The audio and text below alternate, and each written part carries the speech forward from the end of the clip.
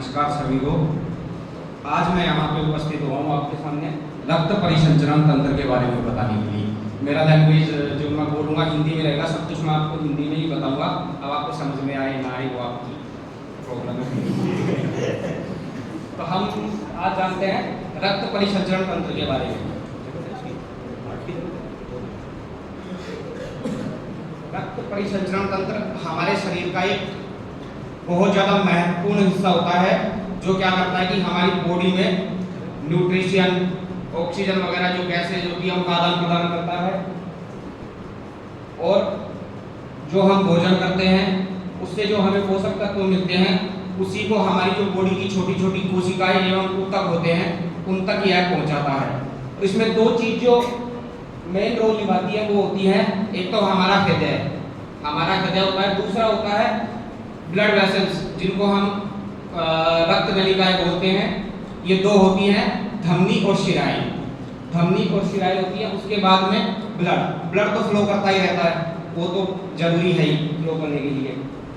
तो सबसे पहले हम हृदय की बात करते हैं। हमारा हृदय 4 प्रकोष्ठीय होता है, इसमें 4 चैम्बर पाए जाते हैं, 2 आलिंद्य और 2 निलय।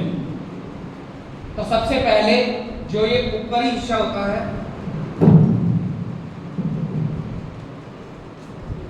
ये जो ऊपरी और नीचे, ये ऊर्ध्व महाशिरा होती है, ये नीचे वाली महाशिरा होती है। इनके द्वारा जो हमारी बॉडी का इससे ऊपर वाला जो बॉडी का पार्ट होता है उसका सारा ब्लड नीचे आता है, और यहाँ से जो नीचे वाली हमारी जो बॉडी है उसका सारा ब्लड सबसे पहले आता है दाएं आलिंद्य में।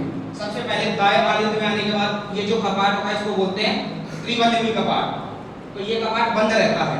जब जैसे ही यहाँ खून आके भरता है तो दबाव के कारण ये नीचे की साइड, और ये जो वाल्व होते हैं सिर्फ एक तरफा खुल सकते हैं, मतलब कि इसमें से ब्लड नीचे जा सकता है, वापस ऊपर नहीं आ सकता। तो ये वाल्व खुल जाएगा। खुलने के बाद में सारा जो हमारा खून है वो दाएं नीले में आ जाता है। दाएं नीले में आने के बाद ये जो कपाट है वापस अपनी स्थिति पे आ जाते हैं। जब ये पंप करेगा उसी टाइम पे ये दोनों चैम्बर एक साथ पंप करते हैं। नीचे वाला जब दायां नीले करेगा उसी टाइम पे बायां नीले भी करेगा, ये दोनों एक साथ काम करते हैं। उसके बाद में खून हमारा यहाँ पे आया।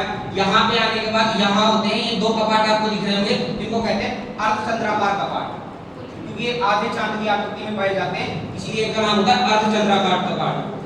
खून यहाँ से आने के बाद में यहाँ जब अपना दबाव डालता है तो दबाव डालने के बाद ये दोनों वाल्व ओपन हो जाते हैं। खुलने के बाद में इसके द्वारा हमारे जो लंग्स होते हैं, फेफड़े होते हैं, खून को वहां भेज दिया जाता है शुद्ध होने के लिए, ऑक्सीजन लेने के लिए, और जो कार्बन डाइऑक्साइड है उसको छोड़ दिया जाता है वहां पे।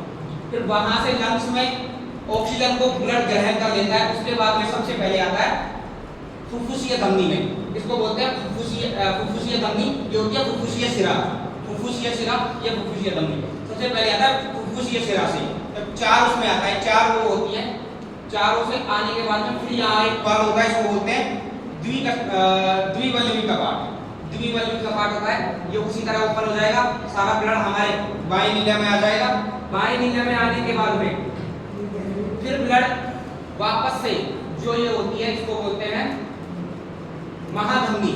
महाधमनी के द्वारा पूरे ब्लड पूरी शरीर में पंप कर दिया जाता है ब्लड। इसमें अब आपको एक चीज देखने को मिलेगी कि जो शुद्ध रक्त होता है जिसमें ऑक्सीजन होती है वो हमेशा धमनियों में बहता है, हमेशा धमनियों में बहता है। लेकिन जो हमारा हृदय है इसमें जो ये है फुफ्फुसीय धमनी, इसमें अशुद्ध रक्त बहता है जिसमें कार्बन डाइऑक्साइड होती है। और दूसरा जो वेन्स होती है हमारी, जिनको हिंदी में बोलते हैं शिराएं। तो शिराओं में क्या होता है कि अशुद्ध रक्त बहता है जिसमें ऑक्सीजन नहीं होती। लेकिन जो एक हृदय की जो फुफ्फुसीय शिराएं होती हैं इनमें शुद्ध रक्त बहता है। ये ऐसा इसलिए होता है, एक चीज से देखा जाए तो ये गलत है, एक चीज से देखा जाए तो ये ठीक है। क्यों ठीक है? क्योंकि जो वेन्स होती है, वेन्स का क्या होता है कि हमारा जो हृदय है उससे हमारे खून को शरीर के जो पार्ट होते हैं, बॉडी ऑर्गन्स होते हैं, उनमें लेके जाना। तो ये क्या कर रहा है, जो फेफड़े हैं हमारी बॉडी का पार्ट है, ये हृदय से क्या करके खून लेकर के और शरीर के अंगों में पहुंचा रहा है। वहीं वेन्स का काम होता है कि जो बॉडी के जो अंग हैं उनसे खून लेकर के हृदय तक लेके जाना। तो ये क्या कर रहा है, फुफ्फुस जो हमारे फेफड़े होते हैं उनसे इन्होंने ब्लड लिया, ब्लड लेकर के और हार्ट को दिया। इसका काम वही है, लेकिन बस इसको आप अपवाद भी मान सकते हो और नहीं मानो तो अपवाद है भी नहीं। थैंक यू, मेरा टॉपिक आज है ये।